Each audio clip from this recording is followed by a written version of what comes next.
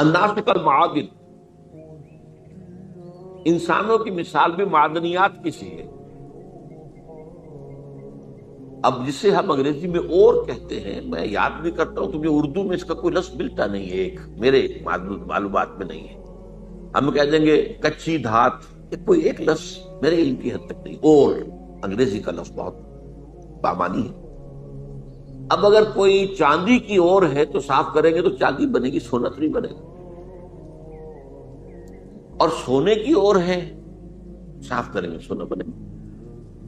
تو وہ اورس تو اپنی جگہ پر مستقل ہے، ان کو آپ چینج نہیں کر سکتے۔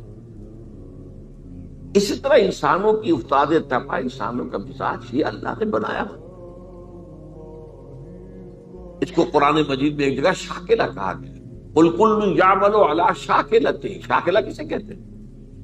ہمارے مصری لوگ جو ہوتے ہیں جب کوئی شے ڈھالنی ہوتی ہے تو اس کے لیے پہلے پیٹرن بناتے ہیں، اسے پاٹرن کہتے ہیں، پاٹرن۔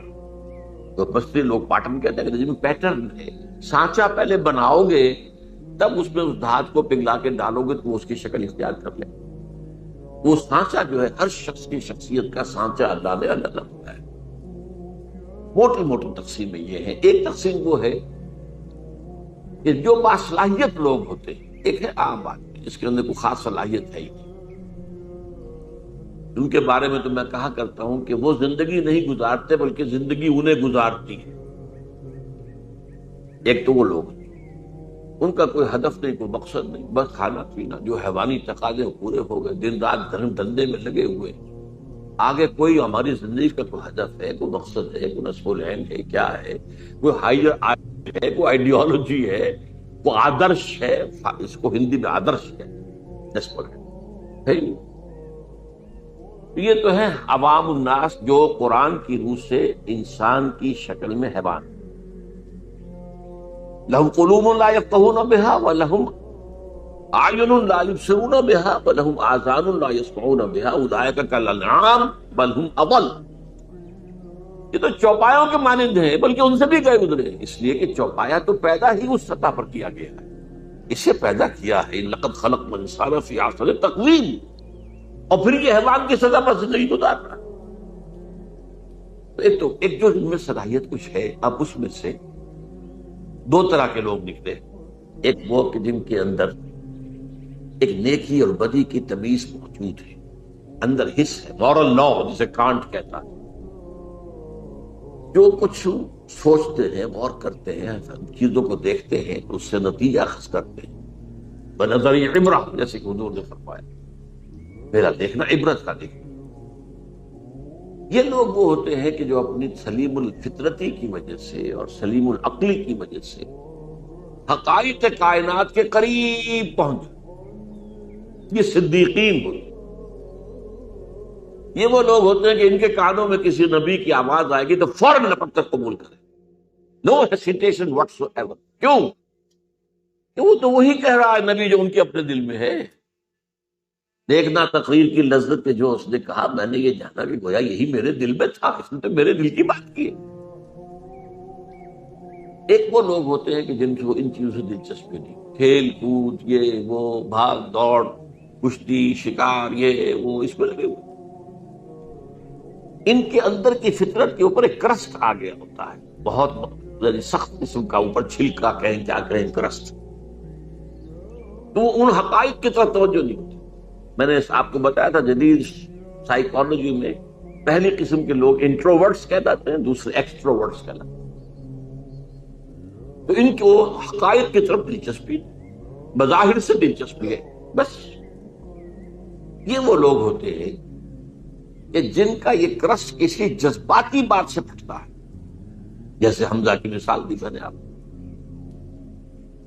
کنیز نے کہا کہ آج تو ابو جہل نے آپ کے بھتیجے کے ساتھ بہت برا سلوک کیا، اب 6 سال گزر گئے تھے، بھتیجے کی بات پر کبھی توجہ ہی نہیں کی، بھتیجا کیا رہا ہے، حالانکہ انتہائی محبوب بھتیجا، انتہائی محبوب۔ بس اس کہنے کے اوپر گھر میں داخل نہیں ہوئے، سیدھے گئے، کمان ماری ہے دے کر ابو جہل کے سر پر کہ تم نے میرے بھتیجے کے ساتھ یہ سلوک کیا، اور فوراً کہ اچھا میں اس پر ایمان لایا، آؤ کرو خواب۔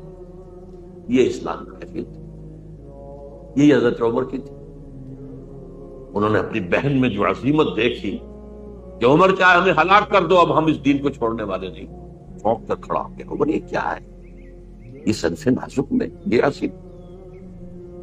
تو یہ تو ہم گفتگو کر چکے ہیں. آج میں ایک اور اعتبار سے بات کروں. وہ یہ جو آیات میں نے آج پڑھی ہیں، ان میں انسانیت شناسی کا ایک اور پہلو سامنے آتا ہے، انسانوں کی شخصیتوں کی مختلف افتاد. اس میں خاص طور پر ذکر کروں گا، مولانا مودودی نے اپنے تفہیم القرآن کے مقدمے میں بڑی اہم بات کہی، بہت اہم بات ہے، کہ قرآن مجید ایسی کتاب نہیں ہے جسے کوئی شخص اپنے اسٹڈی روم میں یا ڈرائنگ روم میں آرام سے بیٹھا ہوا وہ پڑھتا رہے، سمجھتا رہے، ڈکشنری دیکھ لی، یہ دیکھ لیا. یہ مینول آف ریولیوشن ہے، یہ انقلاب کا لائحہ عمل ہے. جب تک آپ اس انقلابی عمل میں شامل نہیں ہوگے، اس کی اصل حقیقت آپ پر منکشف ہی نہیں. وہ تو اس انقلابی عمل کی اس جد و جہد میں پھر آپ پر وہ کیفیات وارد ہوگی. آپ کو پھر یاد آئے گا او کیا حالات تھے جب حضرت خباب بن الارت آ گئے تھے حضور کے سامنے فریاد لے کر کہ حضور اب تو یہ ہم سے ظلم برداشت نہیں ہو رہا، یہ ٹارچر اب ناقابل برداشت. آپ کو کیا سمجھ آئے گی کیا کیفیت تھی اس وقت خباب کی؟ وہ تو آپ اس کیفیت سے خود دو چار ہو. کبھی آپ پر کوئی آزمائش آئی، کبھی آپ کے اوپر کوئی ایسا فیصلہ کن مرحلہ آیا، کبھی تو آپ سنتے. تو قرآن مجید کے علم اور حکمت اور اس کے مفہوم اور معانی کا ایک بہت بڑا اہم گوشہ نہیں کھلتا جب تک کہ آپ یہ نہ سمجھے کہ یہ انقلابی دعوت تھی. اور انقلابی دعوت کے اعتبار سے انسانوں میں چار قسمیں تھیں، وہی نبیین، صدیقین، شہداء، صالحین. اب وہ کون سے چار ہیں؟ دیکھیے پہلے بات سمجھ لیجئے کیونکہ وقت محدود ہے. ایک لوگ وہ ہوتے ہیں کہ جب بات سمجھ میں آ گئی ہٹ کے بعد آباد، اب نہ دائیں دیکھنا ہے، نہ بائیں دیکھنا ہے، نہ آگے نہ پیچھے، قبول کر لیں بس. یعنی وہ لوگ جن میں ہمت ہے، کردار کی طاقت ہے، حوصلہ ہے، مثابرت ہے، مقاومت ہے. ایک وہ لوگ تو یہ نہیں دیکھتے کوئی اور بھی چل رہا ہے کہ نہیں چل رہا، تو چلے تو چلے، نہیں چلے چلے بھی تو چلے، مجھ پر تو حق باتیں ہوگی، بات ختم. اب کوئی مفاد، کوئی چودراہٹ، کوئی حیثیت، اس کو نہ اندیشہ پہنچ جائے، اس کو نہ خطرہ ہو جائے. جیسے وہ نجران کے عیسائیوں کا وفد آیا تھا تو دو بھائی تھے ٹاپ کے، ان کے بڑے وہ جب حضور نے مباہلے کا چیلنج دیا تو پھر رات چلے گئے. ورنہ 70 افراد کا نجران کے وفد آیا. واپسی پر ایک بھائی، چھوٹے بھائی کے گھوڑے نے ٹھوکر کھائی، اس نے کہا چاہے سلامات ہلاک ہو جائے وہ دور والا. بڑے نے کہا یہ دور والا تم نے کسے کہا ہے؟ اب محمد کو. عبد اللہ مت کہنا، یہ وہ تو نبی ہے. نے کہا پھر نبی ہے تو مانا کیوں نہیں تم نے؟ لیکن دیکھو ہمیں کیسر روم نے بڑی سہولتیں دے رکھی، بڑی مراعات دے رکھی، ہماری بڑی حیثیت ہے، اگر ہم اس کو مان لیں گے تو گئے. تو اب یہ انداز اور ایک میں جو بتا رہا ہوں وہ کیا ہے کہ بات دل میں اتر گئی، حق نے، دل نے گواہی دے دی کہ حق ہے. اب کوئی دائیں بائیں دیکھنا، کوئی اور ہے کہ نہیں ہے، کوئی چل رہا ہے نہیں چل رہا ہے، کیا امکانات ہیں، کیا کوئی حساب کتاب کر کے کیا امکانات ہیں، کامیابی کے کتنے فیصد امکان، کچھ نہیں. حق ہے اور حق کا یہ حق ہے کہ اسے قبول کیا جائے. اور پھر ہر کے بعد آباد، یہ ہر کے بعد آباد جو کہتے ہیں کیا ہے، یہ اصل میں شعر ہے. ہر کے بعد آباد ماں کشتی دراب انداختے، ہم نے تو کشتی ڈالتی ہے، اب یہ کشتی ڈوبے گی تو ہم بھی ڈوبیں گے، یہ تیرے گی تو ہم تیریں گے. Total identification with a cause, کسی مقصد کے لیے، کسی نصب العین کے لیے ٹوٹل آئیڈینٹی، یہ ایک طرح کا. پھر دوسرے نمبر پر آتے ہیں جو حق سمجھ میں تو آ گیا، ویسے بھی ہمت میں بھی کچھ کبھی زیادہ نہیں، لیکن وہ دیکھتے طرح کچھ اور بھی لوگ چلے، کچھ ابھی تو یہ راستہ ہی پتہ نہیں کیسا آگے آنے والا ہے. اچھا 2-4 آدمی آگے چلتے نظر آئے تو حوصلہ ہو جاتا ہے، چل رہے ہیں اور بھی چل رہے ہیں۔ جیسے آپ کہتے ہیں انچارٹرڈ سیز، ایسے بھی سمندر ہوتے ہیں کہ بارے پتہ نہیں ہوتا ادھر چٹانیں ہیں کیا ہے، وہ تو جو بنے ہوئے ہوتے ہیں ان کے نقشے اسی کے مطابق جہاز چلتے ہیں، ادھر ادھر تو نہیں جائیں گے، کیا پتا زیر زمین جو ہے چٹانیں، تو آگے کیا ہے، کیا ہوگا، کیسے ہوگا، کچھ پتہ نہیں ہے۔ یہ لوگ ذرا جھجکتے ہیں کھڑے رہتے، لیکن جب یہ السابقون الاولون جب پیش قدمی کر کے آگے بڑھ جاتے ہیں، اب ان کی بھی ہمت جو ہے آتی، بھائی ٹھیک ہے انہوں نے چھلانگ لگا دی، لیکن ہوتے ہیں خلوص کے ساتھ، ان میں تھوڑی سی تاخیر تو ہو جاتی ہے، تھوڑا سا دائیں بائیں کی سوچ تو ہے، کچھ اور بھی ہوں، میرے دائیں بھی کوئی چلنے والا ہو بائیں بھی چلنے والا ہو۔ جیسے جنگ میں آپ کو معلوم ہے ہمیشہ دیکھا جاتا ہے میرے دائیں بائیں کون، یہ دائیں بائیں بھی مضبوط ہے کہ نہیں ہے، کمزور آدمی کھڑا ہو۔ اس حوالے سے یہ ہیں وہ لوگ کہ جو پیروی کرتے ہیں ان اگلوں کی، ایک ہے حق کی پیروی، آگے کوئی نہیں نظر آ رہا لیکن حق حق ہے، قبول کیا بس۔ تو ان کو کہا فالسابقون الاولون من المہاجرین والانصار، پہلے پہل سبقت کرنے والے مہاجرین اور انصار۔ اب اس میں دیکھیے زمانی اعتبار سے تو 10 سال کا فرق ہے، انصار میں پہلا مسلمان بھی جو ہے وہ مکے کے پہلے مسلمان کے 10 سال بعد ایمان لائے، دعوت نہیں پہنچی تھی، وہ تو جو عام الحزن ہے 10واں سال حضور کا جب بعثت کے بعد، اس کے بعد جو ہے وہ 7 آدمی خزرج کے ایمان لائے ہیں، پھر وہاں پر لیکن پھر وہاں پر یہ دعوت جو ہے جنگل کی آگ کی طرف پھیل گئی۔ نتیجہ یہ ہے کہ یثرب کہلاتا تھا، اب وہ مدینہ النبی بن گیا، مدینہ بن گیا۔ لیکن وہ لوگ ہوتے ہیں والسابقون الاولون، انصار میں سے بھی ہے وہ لوگ تھے جن کے سامنے جیسے ہی دعوت آئی اور قبول کر لیا، وہ سابقون الاولون میں سے، چاہے ابو بکر سے 10 سال جونیئر ہو گئے، لیکن یہ کہ بہرحال ان کے سامنے جب بھی دعوت آئی ہے اس کے اعتبار سے ان کا وہ جو رد عمل تھا وہ کیا تھا، فوراً حاضر۔ والسابقون الاولون من المہاجرین والانصار، یہ سابقون الاولون مہاجرین میں بھی ہیں، انصار میں۔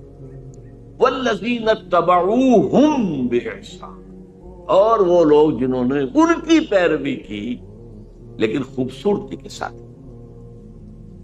انہوں نے پورے دل کے ساتھ کر ان کی وہ کرتے رہے، پیروی کرتے، آگے چلنے والوں کے جو ہے ان کے تو رتبے جو ہے پھر بہت بڑے آگے ہیں، بہت ان کے رتبے ہیں سوا، لیکن یہ کہ بہرحال یہ بھی خلوص کے ساتھ چلنے والے، صحیح چلنے والے، پوری شخصیت کو لے کر چلنے والے۔ فرمایا رضی اللہ عنہم، یہ 2 کیٹیگریز تو وہ ہیں جن کو اب یہ سند اللہ دے رہا، اللہ ان سے راضی ہو گیا، ورضوا عنہ، اور وہ اللہ سے راضی ہو۔ اللہ سے راضی ہو جانا اس دنیا میں بھی، راضی برضائے رب، جو بھی آ رہا ہے اس پر راضی رہنا، اور ایک آخرت میں اللہ راضی کر دے گا۔ رضی اللہ عنہم وارضاہم اجمعین، اللہ تعالیٰ ان سے راضی ہو جائے، انہیں راضی کر دے قیامت کے دن۔ رضی اللہ عنہ ورضوا عنہ وعد لہم جنات تجری من تحتها الانہار خالدین فیہا ابدا، اور ان کے لیے اس نے ایسے باغات تیار کیے ہیں جن کے نیچے نہریں بہتی ہوں گی، جن میں وہ ہمیشہ ہمیشہ رہیں گے۔ ذالک الفوز العظیم، یہ بہت بڑی کامیابی۔ اب اگر اس وقت آپ کے دل سے دعا نہ نکلے تو یہ بڑی بدنصیبی ہوگی۔ اللہم ربنا اجعلنا منہم، اے اللہ ہمیں بھی اس مقدس گروہ میں شامل ہونے کی توفیق کہ جیسے ہی حق واضح ہو جائے فوراً قبول کریں، پھر تو پسو پیش نہ ہو، پھر جسے آپ کہتے ہیں ڈریگنگ آف دی فیٹ ہی نہ ہو۔ اب تیسری بات آئی، وَمِمَّنْ حَوْلَكُمْ مِنَ الْأَعْرَابِ مُنَافِقُونَ، ارے مسلمانوں تمہارے ارد گرد جو لوگ ہیں اعراب ان میں منافق ہیں، من اہل المدینہ، اور مدینے والوں میں بھی ہے۔ نفاق کا مرض جو ہے اعراب میں زیادہ تھا، اس لیے کہ ان کو حضور کی تربیت اور تزکیے سے اتنا فائدہ اور تعلیم سے تو نہیں پہنچتا تھا، کبھی آ گئے دیکھ لیا حضور۔ مدینے والے تو مسلسل حضور کی تعلیم، تربیت، تزکیہ اس سے مستفید ہوتے تھے۔ لہذا الاعراب اشد نفاقا، یہ قرآن کسی صورت میں ہے۔ نفاق کا مرض شدید ترین جو تھا وہ اعراب میں، یہاں بھی فرمایا وَمِمَّنْ حَوْلَكُمْ مِنَ الْأَعْرَابِ مُنَافِقُونَ وَمِنْ أَهْلِ الْمَدِينَةِ، مدینہ میں بھی موجود مردوا علی النفاق، یہ نفاق پر اڑ گئے۔ یہاں ذرا کی بات سمجھ لیجیے، پہلے تو وہ بنیادی فرق شخصیت کا کیا؟ عام لوگ یہ سمجھتے ہیں کہ شاید منافق کوئی ہوتا ہے یہ دھوکہ دینے کے لیے مان رہا ہے، نہیں، وہ منافق نہیں ہوتا۔ اصل میں ایک ہے ذوق ایمان، اس پر بات ہم بعد میں کریں، چوتھی کیٹیگری بعد میں آئے۔ ذوق ایمان کا بھی نتیجہ نکلتا ہے بد عملی یا بے عملی یا کم عملی، اچھے کام بھی کیے برے بھی کیے۔ ایک یہ ہوتا ہے کہ ایک شخص نے حق کو قبول کیا اور کھلے دل سے کیا، فیس ویلیو پر قبول کیا کہ ہاں یہ صحیح ہے، لیکن اب اگر مرحلہ آ گیا تو قربانی کا مطالبہ تو چھٹک گیا۔ جان عزیز ہے، مال عزیز،